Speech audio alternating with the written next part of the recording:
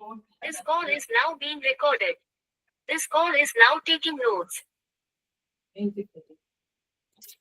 Second सत्र में आप सभी का स्वागत है। हमारे बीच में श्रीमती वर्षा श्रीवास्तव उपाध्यक्ष समवाय फाउंडेशन उपस्थित, उनका स्वागत है। हमारे बीच में डॉक्टर कोमल बालवानी उपस्थित हैं, उनका स्वागत है, समवाय फाउंडेशन की प्रमोटर हैं। हमारे बीच में बबली सिंह उपस्थित हैं, समवाय फाउंडेशन की एक्सिक्यूटिव मेंबर हैं, उनका स्वागत है। हमारे बीच में जयश्री चौधरी जी उपस्थित हैं, सेमेस्टर 2 की स्टूडेंट हैं, उनका स्वागत है। हमारे बीच में प्रतिमा राव जी उपस्थित हैं, समवाय फाउंडेशन की प्रमोटर हैं और हमारी फैकल्टी भी है, उनका स्वागत है। हमारे बीच में तिवारी जी उपस्थित हैं, कमलेश कुमार तिवारी जी उपस्थित हैं, समवाय फाउंडेशन के प्रमोटर हैं और बीएचपी के हमारे मेन फैकल्टी हैं। इसके अलावा संजय गवंडे जी उपस्थित हैं, उनका स्वागत है। वो हमारे समवाय फाउंडेशन के और एसपेस के सेकेंड सेमेस्टर के स्टूडेंट हैं, उनका स्वागत है।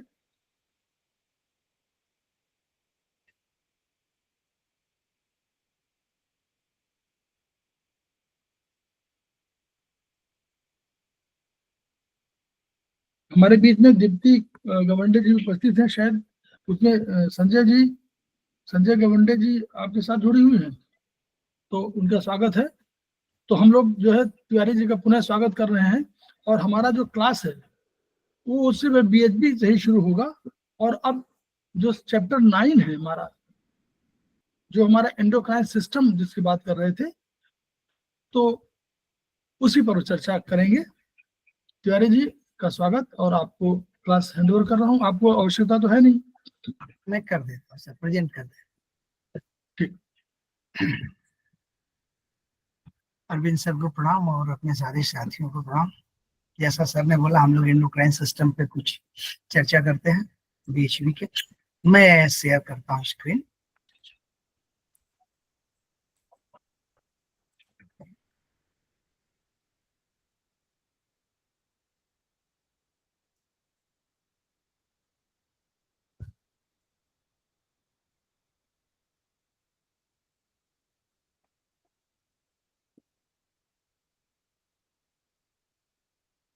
स्क्रीन विजुअल है ना सर? विजुअल है, विजुअल आप चलिए।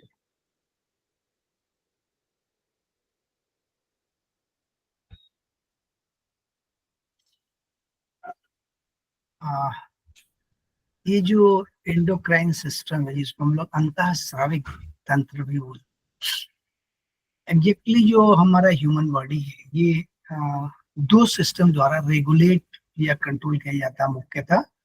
इसमें एक एंडोक्राइन है और एक नर्वस सिस्टम है। नर्वस सिस्टम बिल्कुल अलग है एंडोक्राइन से, तो हम लोग इस लेसन में एंडोक्राइन सिस्टम की बात करेंगे। और एंडोक्राइन सिस्टम जो कंट्रोल करता है बॉडी को, ये बॉडी में एंडोक्राइन ग्लैंड्स हैं।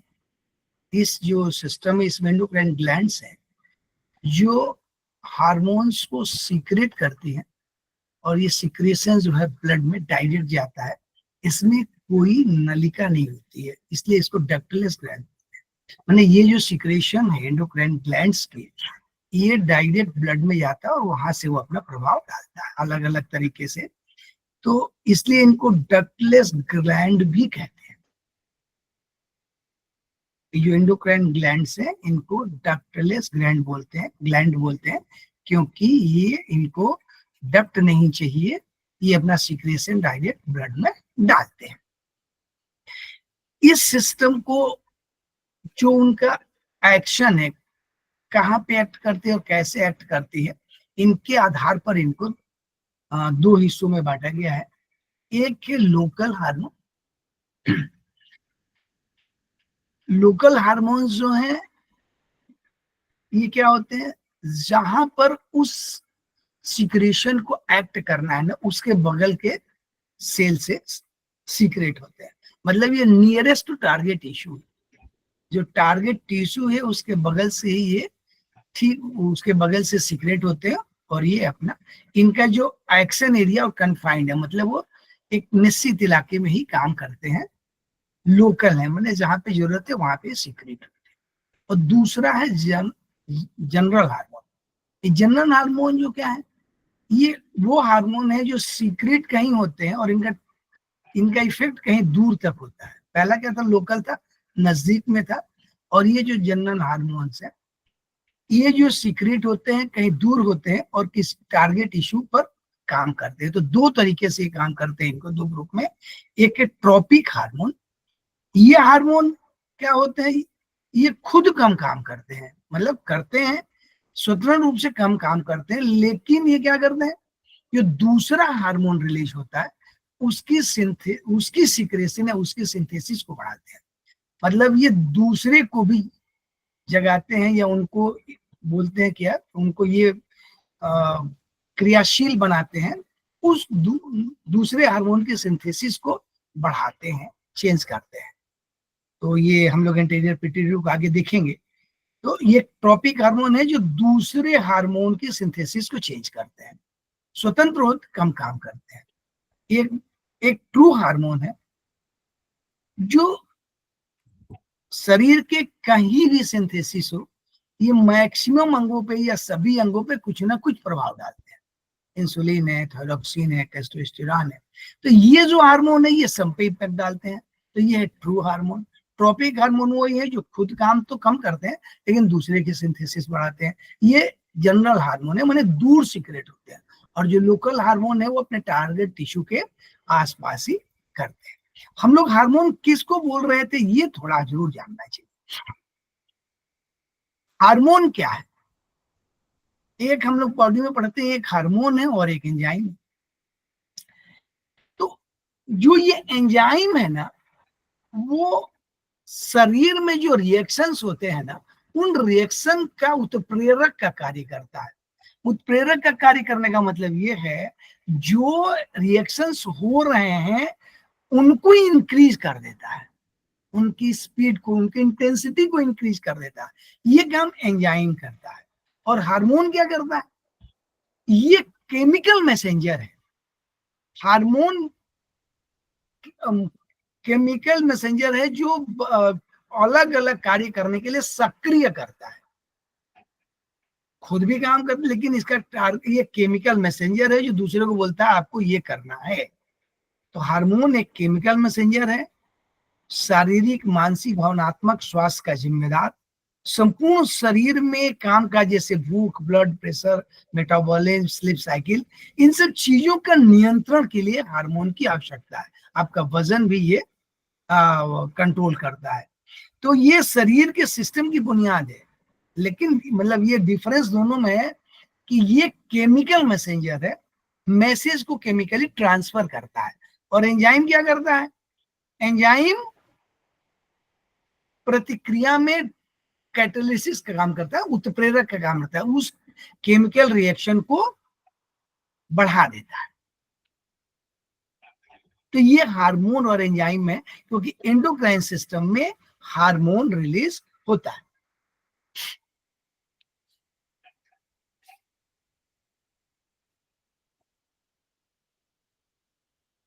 अब हम लोग ये जो एंडोक्राइन सिस्टम है ना, इसमें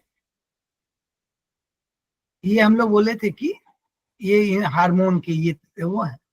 अब ये जो हार्मोन है ना,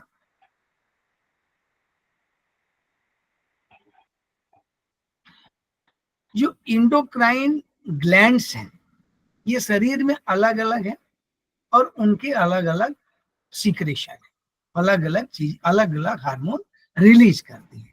तो अगर हम लोग ये जानने की कोशिश करें कि कौन कौन से मुख्य वो ग्लैंड्स हैं, तो ये देखेंगे हम लोग कि पिट्यूटरी ग्लैंड है, hypothalamus is a controller. Pituitary gland है ब्रेन के इस हिस्से में, पीनियल ग्लैंड है, नेक में या थायराइड और पैराथायराइड ग्लैंड है, यहाँ पर चेस्ट के अपर रीजन में थाइमस ग्लैंड है, यहाँ पर पेनक्रियास है। एक्चुअली पेनक्रियास दोनों काम करती है, एक्सोक्राइन भी है और एंडोक्राइन भी है, इसको हेट्रोक्राइन बोलते हैं। तो दोनों आप करती है पेनक्रियास। एड्रिनल ग्लैंड है जो किडनी के ऊपर है, और फीमेल में ये ओवरी है और मेल में टेस्टिकल्स है, तो ये जो मुख्य रूप से एंडोक्राइन सिस्टम के ये वो ग्लैंड है जो सीक्रेशन करते हैं, और ये डकलेस हैं, डायरेक्ट अपना सीक्रेशन ब्लड में डालते हैं।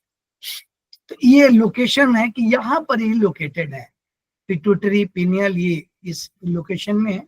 थाइमस ग्लैंड की ये पोजीशन है, थायराइड नेक जोन में है सामने, और पैराथायराइड दोनों एक ही में है, बटरफ्लाई शेप में जो है thymus gland, pancreas, adrenal kidney के ऊपरी हिस्से में, ओवरी और टेस्टिकल्स। ये एंडोक्राइन ग्लैंड्स हैं जो सीक्रेट करती हैं हार्मोन को, और इनके अलग अलग प्रभाव और कार्य हैं। अब देखेंगे जैसे ये हम लोग बोल रहे थे कि ये पिट्यूटरी ग्लैंड है, ये क्या है, एक पिट्यूटरी ग्लैंड है जो हम लोग देखा कि ब्रेन के एक हिस्से में है, हाइपोफाइसिस सेरेब्री इसका भी नाम, इसको ये भी बोलते हैं, नॉर्मली पिट्यूटरी ग्लैंड है। तो ये पिट्यूटरी ग्लैंड दो हिस्से में है, एक एंटीरियर पिट्यूटरी और पोस्टीरियर पिट्यूटरी है, एक फ्रंट साइड में और एक बैक साइड में। अगर हम लोग ये देखेंगे, देखिए अगर आप देखेंगे तो पिट्यूटरी ग्लैंड की लोकेशन यहाँ दिख रहा है, ये हाइपोथैलेमस से जुड़ा हुआ नीचे की तरफ है, और पिनियन ग्लैंड्स यहाँ पे है। हाइपोथैलेमस से एक स्टैक से ये जुड़ा रहता है, डंठल टाइप का, ये पिट्यूटरी ग्लैंड। तो इसके दो हिस्से हैं, अगर आप देखेंगे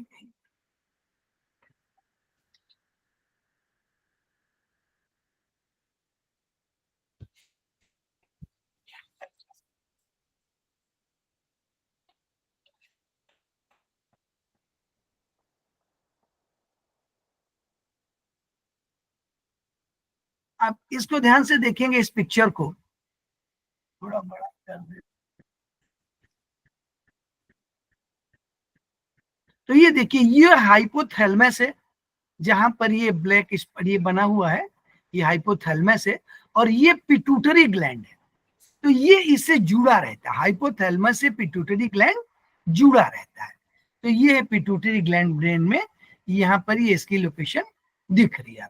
और यहाँ पर देखिए ये पिनियल ग्लैंड दिख रहा है, ये सेरेब्लम के साइड में, जिधर सेरेब्लम है इधर, यहाँ फीमेल जूड़ा बनाती है, यहाँ पे सेरेब्लम है, तो यहाँ के इस साइड में ऊपर में ये पिनियल ग्लैंड दिख रही है। तो पिट्यूटरी ग्लैंड ये दिख रही है हाइपोथैलेमस से जुड़ा हुआ, और पिनियल ग्लैंड ये दिख रहा है। ये लोकेशन है ब्रेन में इन दोनों ग्लैंड्स।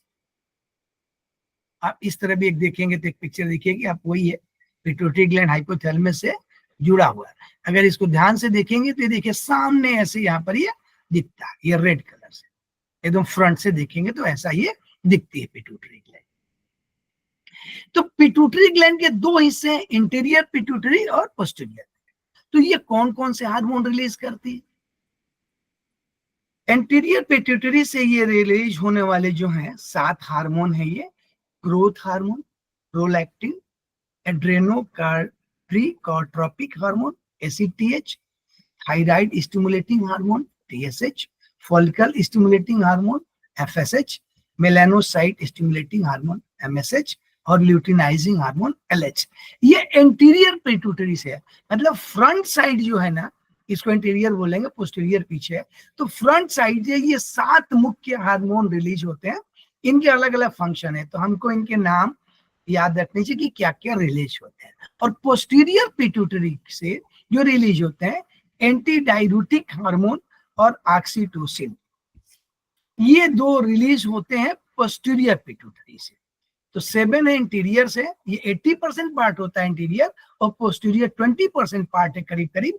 इसे 7th हार्मोन रिलीज होते हैं, और इसे 2 मुख्य रूप से 2 हार्मोन रिलीज होते हैं। अगला है थायराइड ग्लैंड, जो हम लोगों ने बोला था कि नेक पे है, दोनों पैराथायराइड और थायराइड। तो थायराइड ग्लैंड से थायरॉक्सिन, थायरोकैल्सिटोनिन, ये दोनों हार्मोन रिलीज होते हैं।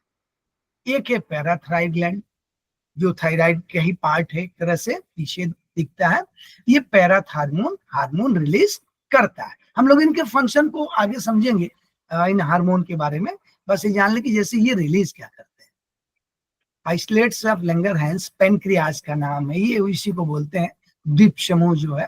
तो ये 3 मुख्य रूप से, इंसुलिन, ग्लूकागान, सोमाटोस्टेटिन, और भी हैं, लेकिन ये मुख्य रूप से 3 हार्मोन। और हम लोग बोले थे कि पैनक्रियाज हेट्रोक्राइन है, इंडोक्राइन भी है और एक्सोक्राइन। ये दोनों काम करते हैं, लेकिन एज ए एंडोक्राइन ये 3 मुख्य हार्मोन रिलीज करता है। एड्रिनल ग्लैंड ये किडनी के ऊपर था, इसके कार्टेक्स और मेडुला 2 है। तो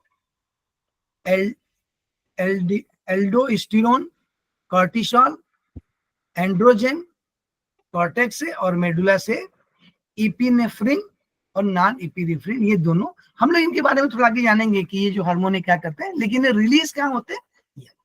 एक फॉलिकुलर सेवल ओवरी से एस्ट्रोजन, प्रोजेस्टेरॉन ये रिलीज होता है यहाँ से ओवरी से। इंटरस्टिशियल सेल ऑफ लेडिक्स टेस्टिस से टेस्टोस्टेरॉन और प्लेसेंटा सेल से ह्यूमन क्रोनिक गोनाडोट्रोपिन, ये रिलीज होते हैं मुख्य रूप से। बाकी और भी हार्मोन है, जैसे इनके अलावा और हार्मोन जो एंडोक्राइन ग्लैंड से सीक्रेट नहीं होते, मतलब मुख्य जो उनसे सीक्रेट होते हैं ये मुख्य थे, और बाकी ये कह रहे हैं हम लोग कि इनसे अलग से भी कहीं से सीक्रेशन इनका होता है। पहले ये आता था कि प्रोस्टाग्लैंडिन हार्मोन जो सर्वप्रथम प्रोस्टेट ग्लैंड से आइसोलेट किया गया था, पर अब पता चला कि अन्य भागों से भी ये सीक्रेट होता है, जैसे लंग से, किडनी से, ब्रेन से, हार्ट से, स्टमक से। It is a smooth muscles dilator, तो ये यहाँ से भी सीक्रेट होते हैं। Serotonin or 5-HT secreted from thrombocyte, इसको हम लोग प्लेटलेट्स बोलते हैं, and many parts of digestive system, vasoconstrictor है, माने ये यहाँ से भी रिलीज होते हैं। किडनी नेफ्रॉन से के एपिथेलियल लाइनिंग सेल से 25D hydroxyl cholesterol सीफोरॉल 24-25DHC, kidney के स्थित वासा रेक्टा से ये हार्मोन रिलीज होते हैं। रक्त में अल्फा 2 ग्लोबुलिन से एंजियोटेंसिन ये हार्मोन रिलीज, तो ये हार्मोन रिलीज होते हैं मुख्य रूप से एंडोक्राइन से। बाकी अलग अलग पार्ट से जो डिफरेंट ये हार्मोन है ये रिलीज होते हैं, इनके फंक्शंस अलग अलग हैं। ये कह रहा है कि सभी हार्मोन अपने आप में एटम बम की ताकत रखते हैं, इनका सिक्रेटरी रेट अत्यंत इफिशिएंटली कंट्रोल होता है, मतलब ये क्वांटिटी में कम हो, जो वैल्यू में ये कम होता है, लेकिन इनका इम्पैक्ट बड़ा होता है। जिससे हम लोग इम्पैक्ट एटम बम की बात कर रहे हैं, तो इनका इम्पैक्ट बड़ा है। इनका सिक्रेशन होना या न होना टारगेट ऑर्गन के टिश्यू या उसके प्रोडक्ट के रक्त में असर पड़ने पर, ब्लड में इस हार्मोन की अवेलेबिलिटी ब्लड के किसी रिसेप्टर को वो इंफॉर्मेशन देता है। ब्लड में वो हार्मोन कितना है, क्या उसका कंट्रोल लेवल है, वो इंफॉर्मेशन ब्लड में अवेलेबल रिसेप्टर अपने कंट्रोलिंग को देता है, हाइपोथैलेमस को या पिट्यूटरी, जिसको देना होता है उसको देता है, और उस हिसाब से उसका सिक्रेशन या तो रोका जाता है या बढ़ाया जाता है। अगर कम हो जाता है तो बढ़ाता है, और बढ़ जाता है तो घटाता है। जैसे बोलता है कि ब्लड लेवल शुगर बढ़ने पर बीटा सेल से इंसुलिन सिक्रेशन होने लगता है। हम लोग आगे पढ़ेंगे कि इंसुलिन क्या करता है, ये ब्लड को, ग्लूकोज को लीवर के पास ले जाके इकट्ठा करता है ग्लाइकोजन के फॉर्म में। तो ये इंसुलिन अगर ब्लड में ग्लूकोज कम या ज्यादा है, सामान्य हो गया, तो इंसुलिन का सिक्रेशन कम कर देगा, क्योंकि अगर नहीं करेगा तो क्या करेगा, ब्लड में शुगर लेवल कम हो जाएगा। मतलब वो ये कहने की कोशिश कर रहा है कि ब्लड में अगर इंसुलिन का लेवल ज्यादा है तो बीटा सेल का उत्पादन ज्यादा होगा, क्योंकि ये मैसेज जाएगा हाइपोथैलेमस को कि ये सिक्रेशन होना है थ्रू पैनक्रियाज। लेकिन अगर वो सारे ग्लूकोज को वापस लीवर को देके उसने ब्लड से कम कर दिया ग्लाइकोजन में, तो अब क्या होगा, इंसुलिन कम हो गई, ब्लड ग्लूकोज कम हो गया, तो ये रिसेप्टर मैसेज देता है हाइपोथैलेमस को कि नहीं, ब्लड में शुगर कम हो गया है, तो बीटा सेल का सिक्रेशन कम करना, क्योंकि इंसुलिन सिक्रेट कम होगी। तो ये कंट्रोलिंग की बात कर रहा है कि ब्लड में अवेलेबल रिसेप्टर कंट्रोलिंग ऑर्गन को ये मैसेज देते हैं, चाहे पॉजिटिव फीडबैक मैकेनिज्म या निगेटिव फीडबैक मैकेनिज्म। पॉजिटिव में बोलेगा रिलीज करो, निगेटिव में बोलेगा रिलीज ना करो। ये दो फीडबैक मैकेनिज्म है। ये दोनों मैकेनिज्म हाइपोथैलेमस को मैसेज देते हैं कि यहाँ ब्लड में लेवल ये है, अगर आप कंट्रोलर हैं तो जो रिलीजिंग आर्गन है उसको अब बोलना है कि करो या ना करो। जो कंट्रोलर है, मुख्य कंट्रोलर कौन है? हाइपोथैलेमस। सारे एंडोक्राइन ग्लैंड्स का जो कंट्रोलर हुआ, चलिए आगे देखते हैं। इसमें क्या करते हैं कि ये हार्मोन काम कैसे करते हैं, इनके तरीके क्या काम करने के। वो सेल मेम्ब्रेन की परमेबिलिटी बढ़ा देते हैं। जैसे आप देखेंगे ना, सेल के ऊपर जो इंसुलिन जाने के लिए एक जगह होती है, होल होता है, उस अगर वो इंसुलिन रहेगा तो वो थोड़ा गेट बड़ा कर देगा तो इंसुलिन ग्लूकोज अंदर जाएगा, नहीं तो नहीं जाएगा। तो ये क्या करेगा? सेल मेम्ब्रेन की परमेबिलिटी बढ़ा देता है। परमेबिलिटी बढ़ाने का मतलब ये हुआ कि जो सेल के दूसरी तरफ जाने की कैपेबिलिटी इंक्रीज हो जाती है। या तो होल की साइज बढ़ा देगा, परमेबिलिटी बढ़ाने का मतलब क्या है? होल की साइज बढ़ा देगा, या होल जो ब्लॉक है उनकी ओपनिंग कर देगा। मीन्स सेल मेम्ब्रेन के दोनों तरफ जो मूवमेंट है वो इंक्रीज हो जाएगा। ये करता है कौन? हार्मोन। दूसरा काम क्या करता है? इंट्रासेलुलर एंजाइम सिस्टम को एक्टिवेट कर देता है।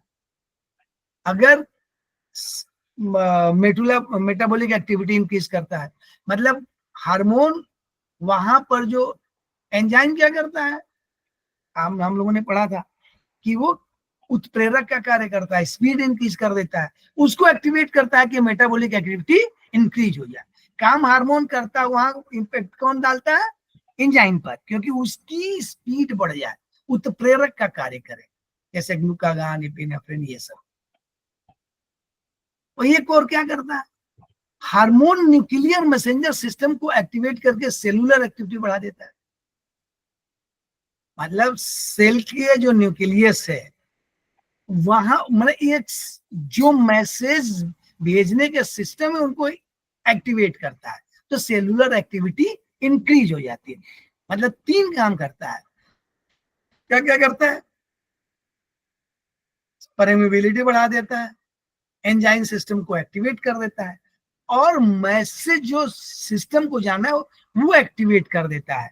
क्योंकि अगर एक्टिवेट नहीं होगा तो मैसेज स्लो जाएगा या कम जाएगा। तो ये काम करता है हार्मोन। रिलीज होने के बाद ये काम करता है। तो हार्मोन का फंक्शन ये है। अब हम लोग एक ये पीनियल बॉडी की बात करें कि ये पीनियल बॉडी क्या है, तो हम लोग इसको पीनियल ग्लैंड बोलते हैं। ये कहाँ पे? सेरेब्रल कॉर्टेक्स के नीचे कार्पस कोलोजम के पोस्टीरियर एंड में एक स्टैक द्वारा लगी हुई है। भ्रूणावस्था में इसकी उत्पत्ति 3rd सेरेब्रल वेंट्रिकल के छत से लगी हुई है, नर्व फाइबर से जुड़ी है, परंतु एक पीनियल बॉडी में नहीं उतरते। छोटे उम्र में सहसावस्था में क्या चने के बराबर की है, और ये कब तक सक्रिय रहती है? यौनावस्था तक, प्यूबर्टी तक। और ये रिलीज क्या करती है? इसकी विशेष कोशिकाएं मेलाटोनिन नामक तत्व का संश्लेषण करती है। लेकिन देखिए लेकिन इसका इंपैक्ट स्किन पे नहीं है।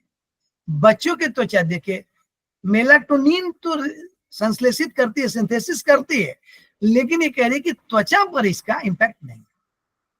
मेलाटोनिन का संश्लेषण सूर्य की रोशनी में कम हो जाता है और अंधेरे में अधिक होता है।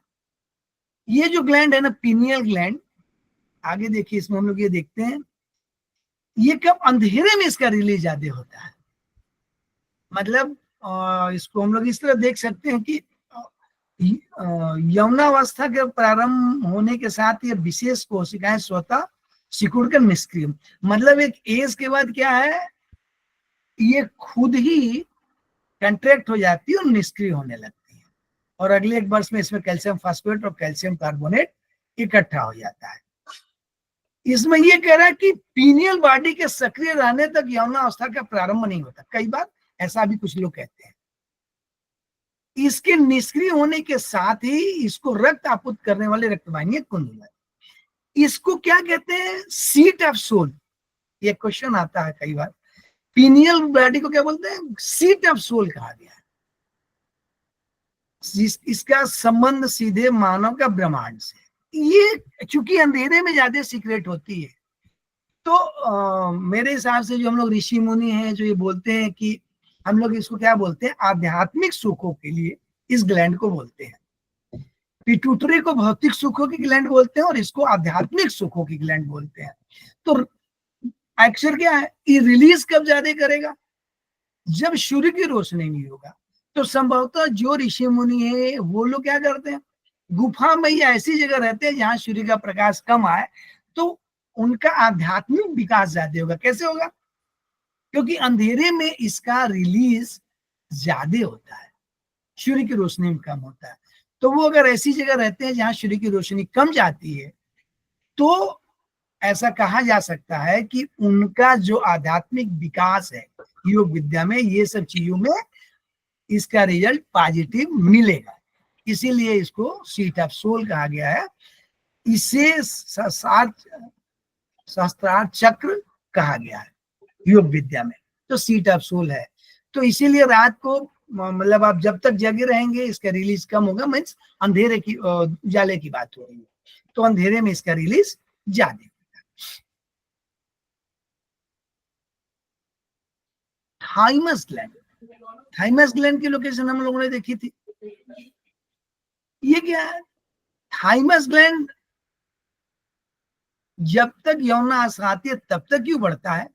शिशु के समय ये 10 से 15 ग्राम का होता है, बाद में 30 से 40 ग्राम का होता है। प्यूबर्टी पे के दौरान ये आने के बाद, प्यूबर्टी होने के बाद इसकी साइज घटती जाती है और ये 5-10 साल में फैट में कन्वर्ट हो जाता है और 8-10 ग्राम की रहती है। मीन्स कि बच्चे शुरू होने से ये ग्रोथ के साथ बढ़ती है, लेकिन प्यूबर्टी के साथ ये 30-40 ग्राम होती है और कुछ दिनों बाद धीरे धीरे धीरे धीरे ये फैट में कन्वर्ट हो जाती है और 8 से 10 ग्राम की। तो ये जो सर बोलते थे 2.5 माह या पन्ना, तो इम्पैक्ट ये बच्चों से लेके यौनावस्था तक ही इफेक्टिव है, उसके बाद इसका इफेक्टिवनेस नहीं के बराबर है। प्रारंभ में कैसी है, पिंकिश ग्रे है, 2 लोब के साथ है। इसका लोकेशन है 3rd फेरेंजियल पाउच में, इससे पाचन तंत्र विकसित होता है, इससे विकसित होती है और थेरेक्स के लोकेशन में हम लोगों ने इसको देखा था। इसकी एक बहुत महत्वपूर्ण भूमिका है, ये देखिए, thymus gland branches reticular cells and lymphocytes, जिन्हें यहाँ थ्रोम्बोसाइट से बनी हुई है। इसमें हार्मोन संश्लेषित करने की क्षमता नहीं है। देखिए ध्यान से, कुछ रिलीज करती है बाद में, यौनावस्था से पूर्व इसे शरीर से निकाल देने पे गोनाड्स का मैच्योर नहीं होता। अब देखिए ये कह रहा है कि अगर किसी वजह से ये डैमेज हो गई, नहीं काम नहीं किया थाइमस ग्लैंड, तो आपके गोनाड्स मैच्योर नहीं होंगे। यहाँ कह रहा संश्लेषण की क्षमता नहीं है, लेकिन यहाँ ये कहता है कि मैच्योर नहीं होंगे और बोन्स में कैल्शियम फास्फेट डिपॉजिट नहीं होगा। अगर किसी बच्चे के बोन में कैल्शियम फास्फेट की कमी हो रही है तो हमें थाइमस ग्लैंड के बारे में भी सोचा जाना चाहिए। ट्रीटमेंट वहां भी कर सकते हैं आप। अगर गोनाड्स का डेवलपमेंट नहीं हो रहा तो थाइमस ग्लैंड की भी भूमिका है। अब देखिए इसकी कितनी भूमिका है। प्यूबर्टी के बाद ये इफेक्टिव नहीं है, लेकिन ये कह रहा है कि मैच्योर कब हो गए गोनाड्स, जब इसकी वजह से डायरेक्ट रीजन कुछ भी नहीं, लेकिन ये इंपॉर्टेंट है कि इसका प्यूबर्टी तक बहुत इफेक्टिव है ये। और कैसे, इसे शरीर का एक विशेष महत्वपूर्ण लिम्फोइड टिश्यू माना गया है। अब देखिए हम लोगों ने बोला था कि भ्रूणावस्था में ही बोन मैरो से लिम्फोसाइट बनाने वाली कोशिकाएं थाइमस ग्लैंड में जाती हैं, लीवर में भी जाती है और थाइमस ग्लैंड में भी जाती है। जो थाइमस ग्लैंड में जाती है वो उससे बनने वाला जो लिम्फोसाइट है वो टी लिम्फोसाइट है और लीवर वाला बी लिम्फोसाइट है। तो थाइमस ग्लैंड में भ्रूणावस्था में ही, मतलब बिल्कुल भ्रूण में ही क्या करता है, बोन मैरो लिम्फोसाइट बनाने वाली कोशिकाएं थाइमस ग्लैंड में जाती है। अब ध्यान से देखिएगा कितनी भूमिका है इसकी। बाद में हम लोग कह रहे हैं कि प्यूबर्टी के बाद ये इफेक्टिव नहीं है, लेकिन ये क्या करती, यहीं पर ये टी लिम्फोसाइट बना देती है और ये वापस बोन मैरो में जाके रहते हैं। थाइमस ग्लैंड में प्रवेश कर टी लिम्फोसाइट के गुण ग्रहण कर बोन मैरो तथा लिम्फ नोड्स में सेटल होकर टी लिम्फोसाइट जीवन पर्यंत बनाते हैं। मतलब बोन मैरो में ये चला जाता है और टी लिम्फोसाइट और सेलुलर इम्यूनिटी प्रदान करता है, एंटीबॉडी बनाता है। तो थाइमस ग्लैंड हम लोग ये जरूर कह रहे हैं कि बाद में इसकी भूमिका कम है, लेकिन ये शुरू में ही टी लिम्फोसाइट बनाती है, लिवर बी लिम्फोसाइट बनाता है, और जो सेलुलर इम्यूनिटी के लिए इंपॉर्टेंट है, एंटीबॉडी बनाती है। तो थाइमस ग्लैंड की भूमिका बहुत बड़ी है यहाँ पर। माने हम लोग ये कह सकते हैं कि अगर गोनाड डेवलप नहीं हो रहा है, अस्थियों में कैल्शियम फास्फेट डिपॉजिट अच्छे से नहीं हो रहा है, तो हमें थाइमस ग्लैंड पर हम अपने विधा में ट्रीटमेंट कर सकते हैं या किया जाना चाहिए, और ये एंटीबॉडी बनाने में सक्षम। हाइपोथैलेमस हम लोगों ने देखा था, लोकेशन उसकी, पहले ये कहा जाता था कि पिट्यूटरी ग्लैंड ही मास्टर ग्लैंड है, लेकिन ऐसा नहीं। पिट्यूटरी ग्लैंड भी कंट्रोल होती है हाइपोथैलेमस, और पिट्यूटरी का एक स्टैक से जुड़ी हुई है हाइपोथैलेमस और ये ग्लैंड। हम लोगों ने ये देखा था, ये देखिए हम लोगों ने देखा था कि ये पिट्यूटरी ग्लैंड है और ये हाइपोथैलेमस इससे जुड़ा हुआ है। तो पिट्यूटरी ग्लैंड कंट्रोल कहां से होती है? हाइपोथैलेमस है, ब्रेन का एक पार्ट है हाइपोथैलेमस, उससे ये पिट्यूटरी ग्लैंड जुड़ा। देखिए ये हाइपोथैलेमस और पिट्यूटरी ग्लैंड है ना। तो ये सारी पिक्चर उसी के हैं।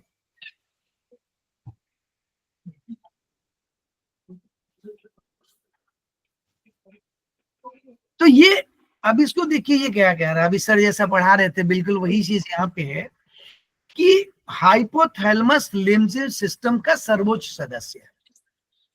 इससे अंतर्ग्रावी ग्रंथियों के साथ ऑटोनोमिक सिस्टम भी संबंधित है। हम लोग अभी ऑटोनोमिक नहीं पढ़ रहे, हम लोग एंडोक्राइन नहीं पढ़ रहे, लेकिन वो कह रहा है कि ये इनके साथ है। शरीर का एक महत्वपूर्ण अंग है जो मस्तिष्क के थर्ड वेंट्रिकल के anterior inferior wall and floor बनाता है। थर्ड मस्तिष्क यह 10 केंद्रों से मिलकर बना हुआ। मैंने हाइपोथैलेमस में कितने न्यूक्लियस है? 10। यह 10 केंद्र विभिन्न हार्मोन के श्रवण या इनहिबिशन, माने रिलीज होना या रिलीज न होना, ये दोनों काम करता है हाइपोथैलेमस। ये देखिए सर एक अभी बता रहे थे हम लोग को, ये एक सिस्टम था। ये हाइपोथैलेमस एक पिट्यूटरी ग्लैंड है, जो एंडोक्राइन ग्लैंड है। तो ये कंट्रोलिंग ब्लड से होता है।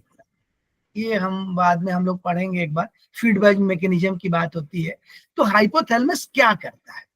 हाइपोथैलेमस क्या करता है कि ब्लड में अवेलेबल रिसेप्टर, ये देखिए यहां से ये मैसेज पिट्यूटरी ग्लैंड को और एक किसको देता है? हाइपोथैलेमस को।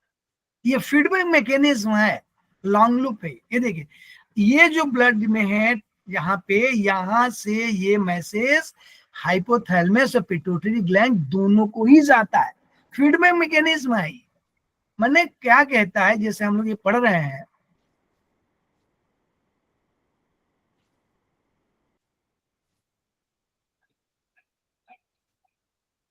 ये इसके 10 केंद्र है हाइपोथैलेमस।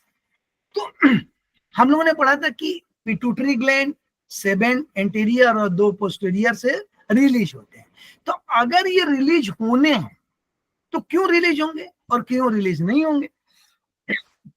ब्लड के रिसेप्टर्स हाइपोथैलेमस को मैसेज देगा कि ये हार्मोन ब्लड में कम है या ज्यादा है या नॉर्मल रेंज में है।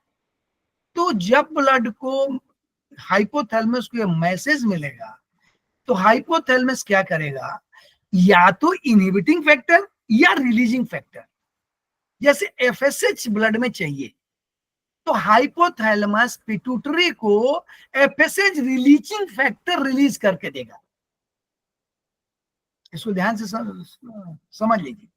अगर ब्लड में एफएसएच कम है, फोलिकल स्टिमुलेटिंग हार्मोन, अगर ये कम है तो ये रिलीज कहां से होंगे? एंटीरियर पिट्यूटरी से। एंटीरियर पिट्यूटरी को गाइड कौन करेगा? तो हाइपोथैलेमस। ये पॉजिटिव फीडबैक मैकेनिज्म है। एफएसएच ब्लड में कम होते ही हाइपोथैलेमस को रिसेप्टर से मैसेज आएगा कि एफएसएच ब्लड में कम है, तो hypothalamus FSH releasing factor release करेगा। हाइपोथैलेमस क्या करेगा? एफएसएच रिलीजिंग फैक्टर रिलीज करेगा। किसको देगा? एंटीरियर पिट्यूटरी को देगा। और वो रिलीजिंग फैक्टर एंटीरियर पिट्यूटरी को गाइड करेगा कि तुम एफएसएच रिलीज करो, और तब एंटीरियर पिट्यूटरी एफएसएच रिलीज करेगा और ब्लड में चला जाएगा। अब अगर एफएसएच का लेवल ब्लड में ज्यादा हो गया तो रिसेप्टर हाइपोथैलेमस को बोलेगा कि एफएसएच का लेवल हायर है, तो निगेटिव फीडबैक मैकेनिज्म जाएगा, उसमें hypothalamus FSH inhibiting factor release करेगा। कम होने पर positive feedback mechanism FSH releasing factor, अधिक होने पर एफएसएच इनहिबिटिंग फैक्टर रिलीज करेगा। मतलब इंटीरियर पिट्यूटरी को बोलेगा कि एफएसएच रिलीज न करो। इसी तरह जो हाइपोथैलेमस है वो हर इंटीरियर पिट्यूटरी को या पोस्टीरियर पिट्यूटरी को बोलता है कि तुमको रिलीज करना है कि नहीं करना है। तो रिलीज करना नहीं करना कैसे बताएगा? तो वो या तो रिलीजिंग फैक्टर रिलीज करेगा या इनहिबिटिंग फैक्टर रिलीज करेगा। रिलीजिंग फैक्टर रिलीज करने से वो हार्मोन रिलीज होना शुरू हो जाएंगे, पॉजिटिव फीडबैक मैकेनिज्म, और इनहिबिटिंग फैक्टर रिलीज करेगा, मेंस की बोलेगा कि सिक्रेशन कम कर दो या सिक्रेशन रोक दो। तो ये जो 10 केंद्र हैं हाइपोथैलेमस के, हाइपोथैलेमस क्या है? सर्वोच्च सदस्य है लिम्बिक सिस्टम के, और ये कंट्रोलर है। पिट्यूटरी ग्लैंड या हाइपोथैलेमस कंट्रोलर है नर्वस सिस्टम, ये पूरे एंडोक्राइन सिस्टम का, साथ में नर्वस सिस्टम का। तो जैसे प्री ऑप्टिक है तो उसके लेटरल से ये रिलीज होंगे, मीडियल से ये रिलीज होंगे। तो ये जितने हार्मोन हम लोगों ने पढ़ा था, LH, GH, FSH, TSH, prolactin, MSH, ये सारी कंट्रोल होंगे कहां से? ब्लड में इनकी अवेलेबिलिटी के आधार पर रिसेप्टर हाइपोथैलेमस को बताएगा। हाइपोथैलेमस रिलीज करेगा या फैक्टर रिलीज करेगा, या तो रिलीजिंग फैक्टर या इनहिबिटिंग फैक्टर। जो फैक्टर रिलीज करेगा वो एक्शन करेगा अपना ये पिट्यूटरी ग्लैंड या बाकी ग्लैंड्स। तो ये कंट्रोल होंगे कहां से? हाइपोथैलेमस से। इसलिए देखिए इसमें साफ साफ लिखा हुआ, यह 10 केंद्रकों से मिलकर बना है। यह 10 केंद्रक विभिन्न हार्मोन के श्रवण माने रिलीज या श्रवण को रोकने इनहिबिशन से जुड़े हैं। तो कंट्रोलर का हुआ हाइपोथैलेमस थ्रू एंडोक्राइन ग्लैंड्स। और ये कहां पाए जाएंगे? सारी सिक्रेशन ब्लड के रिसेप्टर मैसेज देंगे, या तो पॉजिटिव फीडबैक से या नेगेटिव फीडबैक से। पॉजिटिव देगा मींस के रिलीज होना है, नेगेटिव फीडबैक देगा माने रोकना है। ये अलग अलग नाम है, अलग अलग लोकेशन से है। यहाँ पे ये रिलीज करेगा, जैसे सुप्रा किस्मेटिक है तो TSH रिलीजिंग फैक्टर करेगा। ये पैरावेंट्रिकुलर है, ऑक्सीटोसिन के लिए करेगा। ये इंटीरियर के लिए ये पैरासिम्पैथेटिक है। तो ये अलग अलग ये वो फैक्टर है, जैसे ACTH रिलीजिंग फैक्टर है इंटीरियर से। मतलब अगर रिलीजिंग फैक्टर रिलीज करेगा तो ACTH बनेगा, और रिलीज नहीं करेगा माने ACTH का रिलीज होना बढ़ जाएगा। और अगर इनहिबिटिंग करेगा ACTH इनहिबिटिंग फैक्टर तो वो इनहिबिट हो जाएगा, माने उसका सिक्रेशन रुकेगा। अगर वो इनहिबिटिंग फैक्टर रिलीज करेगा, वो रिलीज दोनों करेगा। हाइपोथैलेमस रिलीज करेगा फैक्टर, लेकिन कौन सा करेगा? जो करेगा उसके अकॉर्डिंगली वो ग्लैंड काम करेगी। और उस हाइपोथैलेमस कहां से गाइड होगा? ब्लड में उस हार्मोन के लेवल पर, उसका लेवल से रिसेप्टर को पता चलेगा। तो ये सारी ग्लैंड्स है। एक बार आप लोग पढ़ लीजिए। हम लोगों ने पिट्यूटरी की बात की थी, पिट्यूटरी ग्लैंड की। हम लोगों ने देखा था कि कहाँ पे इसका लोकेशन है। ये पिट्यूटरी ग्लैंड की लोकेशन देखिए यहीं पर हम लोगों को देखा ही था। अब इसको देखिए क्या कहता है, एंटीरियर है और पोस्टीरियर है, क्रेनियल कैविटी में है। ये एक पतले स्टॉक से जुड़ी हुई है हाइपोथैलेमस से। एंटीरियर पिट्यूटरी जो है वो पिट्यूटरी ग्लैंड का 80% पोर्शन है, और ये ग्रैंडुलर टिश्यू से बना है। यह भाग हाइपोथैलेमस से रक्त वाहिनियों द्वारा संबंधित है। इन रक्त वाहिनियों के माध्यम से हाइपोथैलेमिक फैक्टर अग्र टिश्यूज में माने एंटीरियर पिट्यूटरी में आते हैं। ठीक है, हाइपोथैलेमो हाइपोफाइसिल पोर्टल वेसल्स। और पोस्टीरियर पिट्यूटरी का ये ध्यान से देखिएगा, ये नर्वस सिस्टम से जुड़ा हुआ है। ये कैसे जुड़ा हुआ है? रक्त वाहिनियों से, ब्लड वेसल से जुड़ा है। और पोस्टीरियर पिट्यूटरी कैसे जुड़ा है? 20% है नर्व फाइबर एंड न्यूरोजियल सेल से जुड़ा हुआ है। यह भाग हाइपोथैलेमस के हाइपोथैलेमो हाइपोफाइसिल ट्रैक से जुड़ा है, माने ये नर्वस सिस्टम से जुड़ा हुआ है पोस्टीरियर पिट्यूटरी, और वो ब्लड वेसल से जुड़ा हुआ है ना। यह स्नायु तंतुओं द्वारा संबंधित हार्मोन हाइपोथैलेमिक केंद्र के पश्च पिट्यूटरी में पोस्टीरियर भाग की बात कर रहा है। तो ये दोनों है, हम लोगों ने देखा कि ये रिलीज करता है एंटीरियर और तो यही इसी में बता दिया ना कि इसमें इसी में ये होता है कि दो हार्मोन जो निकलते हैं एडीएच और ऑक्सीटोसिन, ये निकलते वर्चुअली हाइपोथैलेमस से है, और वो आकर के केवल जाते हैं और वहां स्टोर नहीं होते, बल्कि सीधे वो उसका पिट्यूटरी ग्लैंड, पोस्टीरियर पिट्यूटरी उसको आगे रिलीज कर देता है। ये यहाँ पर इसमें दिया हुआ है, सुप्राऑप्टिक में एंटी डायरेक्टिव हार्मोन और पैरावेंट्रिकुलर से ऑक्सीटोसिन। ये यही बता रहा है कि ये दोनों हार्मोन जो है सीधे सीधे वहीं से आते हैं, निकल जाते हैं। उसको पोस्टीरियर कोई निकालता नहीं है, बल्कि वो ना स्टोर करता है, बल्कि वो सीधे सीधे जो आता है ऊपर से उसको आगे फॉरवर्ड कर देता है।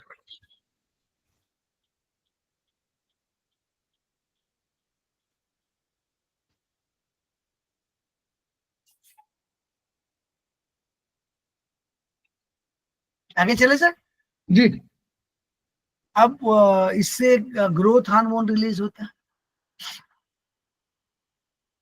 सोमैटोट्रोपिन या सोमैटोट्रोपिक हार्मोन भी ग्रोथ हार्मोन को बोलते हैं। ये एंटीरियर पिट्यूटरी ग्लैंड्स के अल्फा एसिडोफिलिक सेल से स्रावित सीक्रेट होता है। ये सिंपल ग्लोबुलिन है, क्या ग्लोबुलिन है, और ये 188 अमीनो एसिड चेन और सल्फर से जुड़ा हुआ है।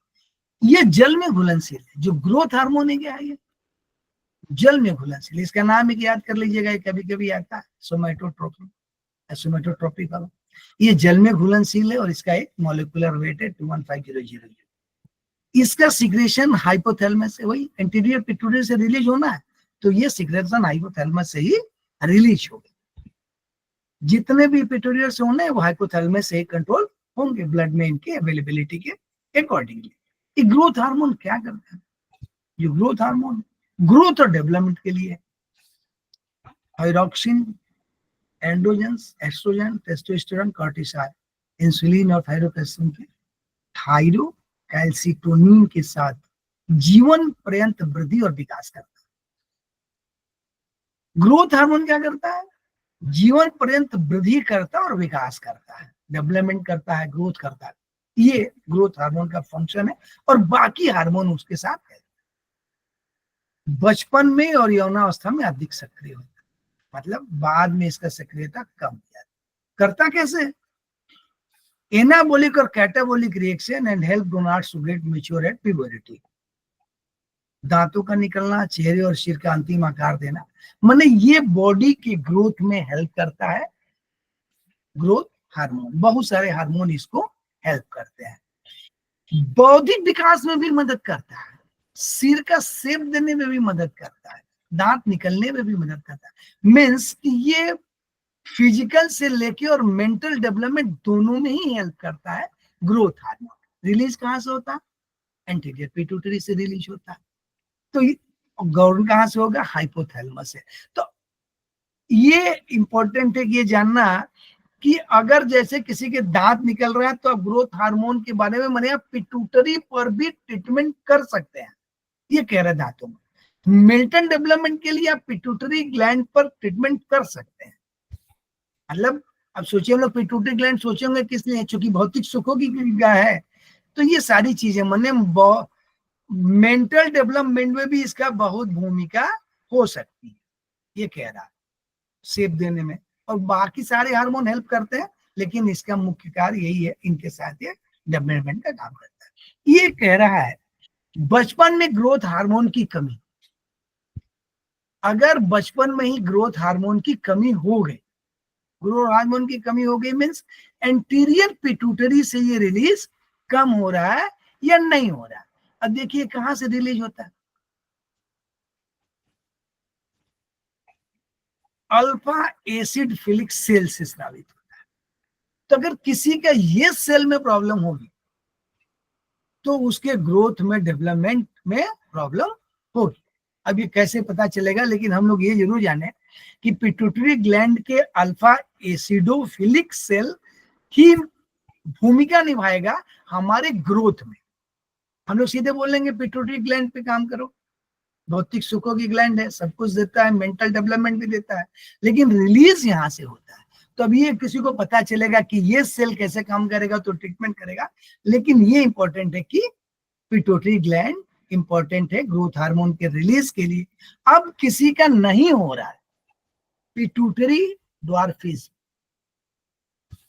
इसमें क्या दिखेगा, the child shows retarded growth overall, bones remain short and thin, 20 साल में 5 से 7 साल का लगेगा, गोनाड्स डेवलप नहीं होंगे, सेक्सुअल ऑर्गन इनफर्टाइल होगा और आईक्यू नहीं होगा।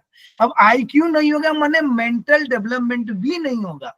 तो अगर किसी छोटे बच्चे का मेंटल डेवलपमेंट नहीं हुआ और वो डेवलपमेंट उसका बोन का नहीं हुआ, बॉडी का नहीं हुआ, तो ये ग्रोथ हार्मोन को मेरे हिसाब से टेस्ट कराया जाता होगा, ब्लड टेस्ट कहीं से, ये ग्रोथ हार्मोन क्या है। तो अगर किसी का ग्रोथ हार्मोन, अगर ऐसा कोई मनुष्य है जिसका दिखता है भाई 20 साल का और 5 साल का रहता है, तो 20 साल में 5 साल का दिखने को, तो 10 साल में भी 5 साल का दिखेगा, तो मीन्स की एज के अकॉर्डिंगली अगर डेवलपमेंट नहीं हो रहा बॉडी में, ये आईक्यू डेवलप नहीं हो रहा, सेक्सुअल ऑर्गन डेवलप नहीं हो रहे हैं, गोनाड्स, तो ग्रोथ हार्मोन पे ट्रीटमेंट किया जा सकता है थ्रू पिट्यूटरी ग्लैंड। और ये अलग अलग ब्लड टेस्ट या जो भी टेस्ट करा के पता किया जा सकता है। मतलब अगर किसी का आईक्यू कम है तो भी आप पिट्यूटरी ग्लैंड की तरफ सोच सकते हैं for the treatment. It's deficiency in adult after attaining puberty does not show any marked change in body except that the person like proper pre-planning। माने एडल्ट में भी ये प्रॉब्लम आ सकता है कि उसकी डिफिशियंसी ग्रोथ हार्मोन की हो सकती है।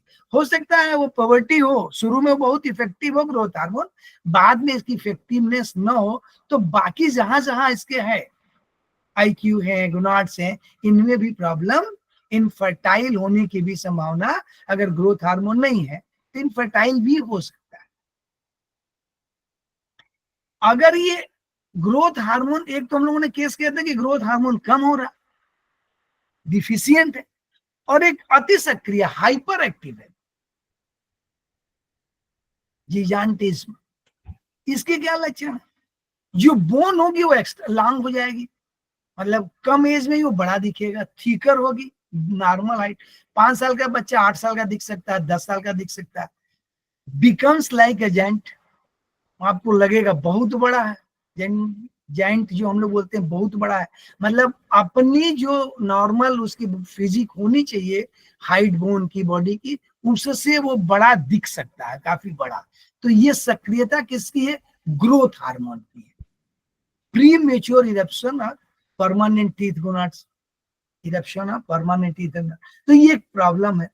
The sexual organ develop abnormally huge and persistent sexual, वो पहले ही प्रिपेयर हो जाएगा प्रोक्रिएशन के लिए, उसके कम एज में ही जो चीजें इनसे इंपैक्ट डालती हैं वो बढ़ जाएंगी।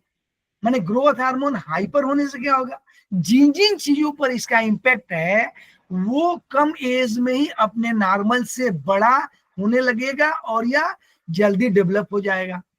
तो ये एक्स्ट्रा हाइपर जो एक्टिव होगा तब, और अगर कम एक्टिव होगा तो वो छोटा दिखने लगेगा।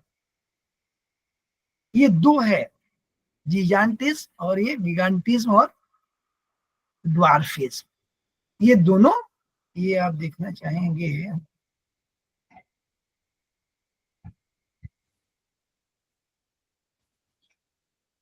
ये देखिए, ये अपनी एज के अकॉर्डिंगली ड्वार्फिज्म जो ये अपनी एज के अकॉर्डिंगली छोटा दिख रहा है ये आदमी। तो ये क्या है, ग्रोथ हार्मोन जो है उसका कम एक्टिव है, और ये व्यक्ति काफी बड़ा दिख रहा है, तो ये कहा जा सकता है कि इसका एक्सेस है, हाइपर एक्टिव है। तो इसकी लेंथ नॉर्मल से ज्यादा है और इसकी नॉर्मल से कम है, या ये छोटा आदमी दिख रहा है, कंपेरिजन आप करेंगे तो ये ड्वार्फिज्म है और ये गिगांटिज्म, ये दोनों डिफरेंस है। एक्सेस पे बड़ा हो जाएगा और ड्वार्फिज्म माने लेस एक्टिव होने पर छोटा दिखने लगेगा। ये एक ऐसा माने ये ग्रोथ हार्मोन है।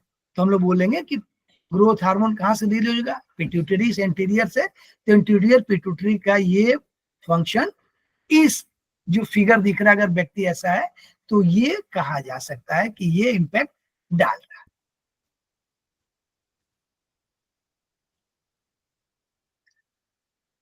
यौनावस्था के पश्चात अति सक्रिय होने पर, देखिए अगर ये बाद में अति सक्रिय तो क्या हुआ, ईपीफाइसिस और मेटाफाइसिस आपस में फिर इस दशा में ग्रोथ हार्मोन, बोन्स की लंबाई बढ़ेंगी नहीं तो क्या होगा, बोन का शेप डिफॉर्म हो जाएगा। एडल्ट हो गया, अब उसको बड़ा हो नहीं होना है, यंग एज में तो उसको बड़ा होना है, तो बोन बड़ी हो जाएगी, लंबाई बड़ी हो जाएगी। लेकिन अगर वो एडल्ट हो गया तो बोन बढ़ेंगी नहीं, लेकिन जब बोन बढ़ने की टेंडेंसी होगी तो क्या होंगे, वो बोन डिफॉर्म होकर अलग अलग शेप ले लेगा, तो नॉर्मल से शेप चेंज हो जाएगा। जैसे मैंडिबल क्या होगा, लंबा होकर बाहर निकल आएगा, लोअर सर्वाइकल और अपर थोरेसिक वर्टेब्रे इनलार्ज होकर कीफोटिक कंधों को बॉडी से बाहर निकाल देगा। मतलब ये क्या कह रहा है कि अगर ये एडल्ट एज में हाइपर एक्टिव है तो जो बोन है वो बढ़ने की कोशिश करेंगी, इनलार्ज होने की, और अगर इनलार्ज नहीं हो रही है तो वो जगह जगह डिसेप शेप चेंज कर देगा, नॉर्मल से अब नॉर्मल होगा, कोई लंबा हो जाएगा, कहीं अलग निकल जाएगा। तो ये इस एज में ग्रोथ हार्मोन की हाइपर एक्टिव होने के कारण है। ये दोनों गुण एक्रोमेगाली कहलाता है, अग्रस्थूलता। इसके अलावा पाम और सोल की साइज सामान्य से बड़ी होगी, त्वचा सामान्यतः मोटी, होठ मोटे बाहर लटके, जीभ मोटी बाहर लटकी, नाक मोटी, व्यक्ति की आवाज भारी हो। तो अगर ये हाइपर एक्टिव है तो ये सारे चीजें होने की संभावना रहती है। चलाना है सर की जैसा बोले, 8:30 बज रहा। आप लोग बताइए। जयश्री, गवंडे जी, जी सर। रोक दे, हाँ सर। अधिक हो रहा होगा आप लोगों को। हाँ सर, क्योंकि आदि बाकी ना घर बीएचबी दोनों हो गया ना पूरा कंटिन्यू। चलिए बहुत बढ़िया तिवारी जी, बहुत बढ़िया। Thank you sir. Komal ma'am कुछ हम लोग समझ पा रहे हैं, थोड़ा टिपिकल है। जी सर, बिल्कुल डिफिकल्ट है, लेकिन आप जो समझा रहे हैं ना सर, वो कुछ चीजें तो बहुत अच्छे से समझ में आ रही है, जो हम लोग रोज देखते हैं, जो जिन बातों को हम सुनते हैं या जिन परेशानियों को हम देखते हैं ना, तो वो रिलेट कर पा रही हूँ मैं थोड़ा थोड़ा। दोबारा से इसको सुनूंगी जरूर, बहुत अच्छे से बैठ के। सर ये बुक कौन सी है, ये वाली? बीएचबी मानव शरीर विज्ञान है अपनी, ये वाली बुक। अच्छा, उसी में ही है ये। इसी के चैप्टर 9। जी सर, बहुत बढ़िया। सर और आप सिस्टम पढ़ाया मेल वाला सर, उतना डिटेल बुक में नहीं है। वो अलग से बनाया है। जी सर। जी तो मेरे यश की बुक है। हाँ, तो मैं नहीं, मतलब आप इसको सुन लेंगे तो आपको बुक में कम लिखा हुआ है तो समझ, लेकिन किताब को पूरा समझ में आ जाएगा, वो पढ़ लेंगे तो और बढ़िया रहेगा। जब भी सुनेंगे तो उसे नोट्स बना लीजिए, बहुत बढ़िया रहेगा। ठीक है सर।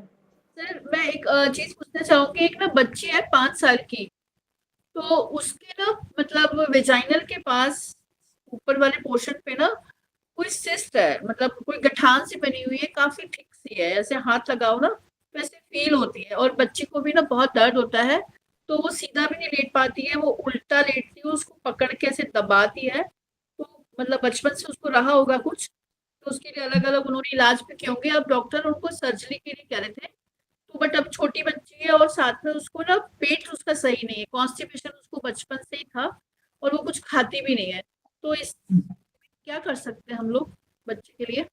सिस्ट के लिए तो आयुर्वेद में वही है आपको 0102 RLVM 029 सीडेट, 36 स्टोन 45 सीडेट, हाँ यही ना सर? यही 0102 RLVM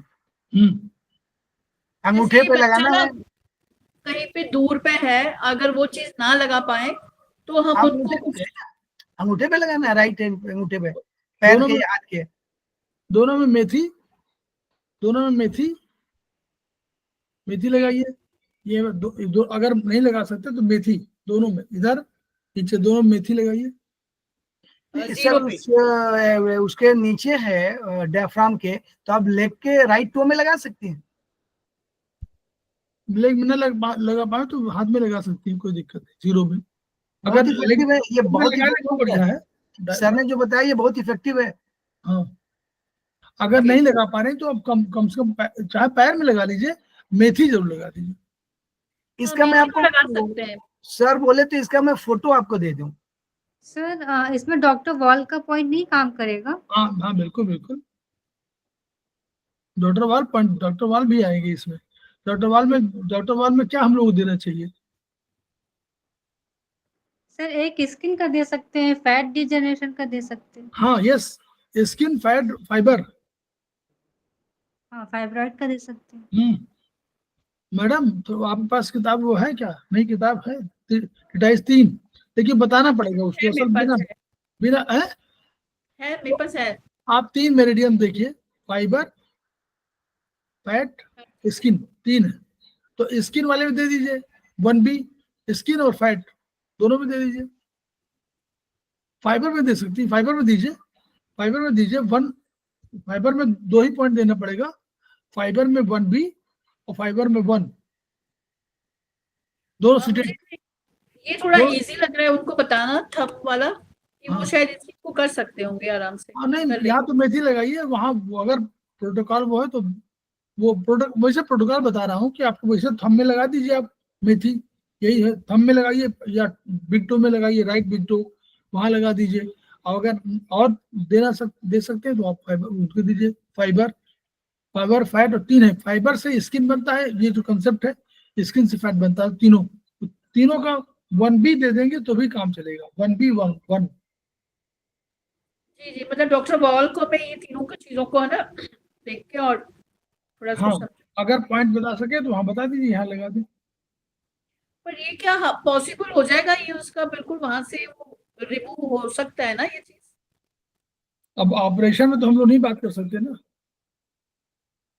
अगर अगर सर्जिकल में कहीं प्रॉब्लम आ रही होगी मान लीजिए, तो दूसरा अगर आप करना चाहें तो अब प्रोटोकॉल की बात है, इसमें 2457879 टोन, ये वाला 24578 और 01368 टोन राइट मेगा मेरिडियन में, लेकिन वो वाला उतना कोई कर नहीं पाएगा, क्योंकि जब भी सर्जरी की कोई बात है तो हम लोग ये भी यूज कर सकते हैं 24579 01368 टोन।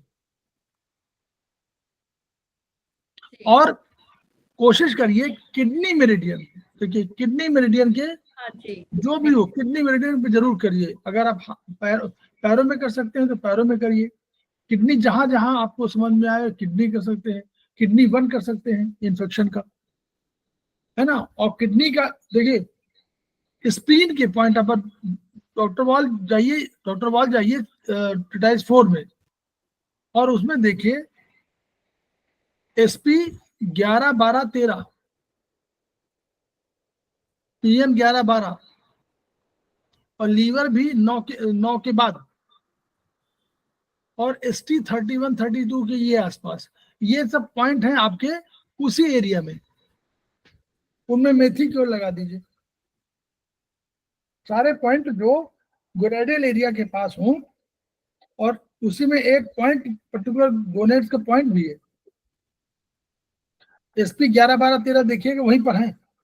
देखिए लोकेशन के हिसाब से देखिए, TCM बहुत TCM में लोकेशन देख लीजिए, ओरिजिनल में जाइए चैप्टर वो भाग 2 में, और भाग 2 में आप देखिए कि स्प्लीन और पैंक्रियास के कौन कौन पॉइंट आ रहे हैं, लीवर के कौन पॉइंट आ रहा है, किडनी के कौन पॉइंट आ रहे हैं।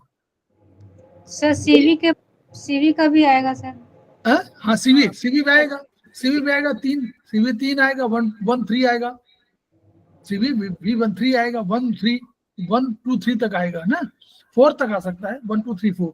तो ये वाले पॉइंट, तो यानी CV किडनी और आपको लीवर और स्प्लीन, और जिसको पैंक्रियास हम लोग कह रहे हैं, राइट में होगा तो पैंक्रियास, स्प्लीन, तो एक ही बात है। तो ये वाले पॉइंट जो है आप देखेगा, वही उस लोकेशन के हिसाब से, जो मेरे हिसाब से लोकेशन के हिसाब से ट्रीटमेंट अगर आप नाम समझ में आवे तो लोकेशन पहला पॉइंट लोकेशन है, वहां पे सब करिए। सब 11, 12, 13 में देखिएगा, पढ़िएगा। स्प्लीन 11, 12, 13 और पैंक्रियास 11, 12, 13। लीवर आएगा 9 के बाद। किडनी भी आएगी वहीं पर 10, 11, और स्टमक का आएगा, स्टमक का 31 पॉइंट के बाद आएगा। तो ये पॉइंट कुछ पॉइंट बहुत महत्वपूर्ण हो जाएंगे। ये वाले पॉइंट केवल आप वो केवल मेथी लगा दीजिए तो भी बैलेंसिंग पॉइंट है ये। कि उसको ना यूरिन में भी दिक्कत आती है, यानी कि वो यूरिन करती ही नहीं है सारा दिन, है ना। तो मुझे वही लगा कि उसका जो यूरिनल ट्रैक होगा जो भी, वहां पे शायद वो चीज बनी हुई हो। हाँ, तो आयुर्वेद में ये प्रोटोकॉल है, एक ही प्रोटोकॉल है 4-5 वाला, 1-4-5, और ये आप सर्जिकल स्ट्राइक। और चाइनीज में जो हम लोगों ने पॉइंट है, किडनी को ट्रीट, ये मैं नहीं कह रहा हूँ किडनी के ट्रीट करने, लेकिन जो डॉक्टर वॉल ने बताया है, जैसे अभी बताया जयश्री ने, तो बहुत बढ़िया बताया। उसमें जो है स्पेशली आपको फाइबर और SK और फाइबर भी लगा लीजिए, तो फाइबर में भी काम मिल जाएगा। फाइबर ओवेरियन सिस्ट रिपीटेडली 4-5 साल से हो रहा था, एक ऑपरेशन भी हुआ, बट वो हमेशा होता है। तो एक नेचुरोपैथ की मेडिसिन है, वो मैं खा रही थी, और फिर मैंने ये इसी के डॉक्टर वॉल के पॉइंट लगाए, तो मतलब विदिन 2-3 डेज मुझे लगने लगा कि पेट नहीं होता। सर एक कैस्टर ऑयल भी यूज़ करते हैं, पता नहीं बच्चे की क्या कंडीशन है, अदरवाइज कैस्टर ऑयल लगा देते हैं ना सर, उससे भी कोई गांठ इस तरह की चीजें होती है तो वो निकल जाती है। Castor oil? जी सर। तो बता दीजिए मैडम तो नेचुरोपैथ खुद ही है। अच्छा हाँ, तो मैम को पता होगा फिर। कैस्टर ऑयल लगाना होगा, कैस्टर ऑयल कहाँ, मतलब बाहर लगाना है कि उसको पीने के लिए देना है, खाने के लिए? नहीं, पीने के लिए नहीं, बाहर लगाना है। आप एक बार डॉक्टर बारबरा करके सर्च करिएगा मैम, आपको मिल जाएगा सारा कैस्टर ऑयल का। डॉक्टर, अच्छा। हाँ, बारबरा ऑस्ट्रेलिया की है, नेचुरोपैथ है वो भी। जी मैम, जी बिल्कुल। Okay ma'am. Thank you. क्योंकि अभी आजकल जो छोटे बच्चों को भी ऐसी चीजें आ रही है ना, कितने सालों से उसको दिक्कत रही होगी, और अब तो कंडीशन ऐसी हो गई है, बच्चे ना परेशान हो गए। तो मुझे ऐसा लगा कि जरूर हम लोग इसमें कुछ कर सकते हैं। तो हम लोग तिवारी जी को धन्यवाद देंगे, और हम लोग जी बहुत धन्यवाद सर, बिल्कुल। हाँ, और उसके बाद हम लोग जो है खेमका सर को याद करेंगे और उनकी ऊर्जा को याद करेंगे, और हम लोग फिर मिलेंगे, लेकिन अपने ज्ञान को बढ़ाते रहेंगे, और उन्हीं के वही शब्द each one reach one, each one treat one, each one teach one, इसी का पालन करते रहेंगे अपने शिद्दत के साथ। तब तक के लिए कल हम लोग फिर मिलते हैं, तब तक प्रणाम सर। धन्यवाद।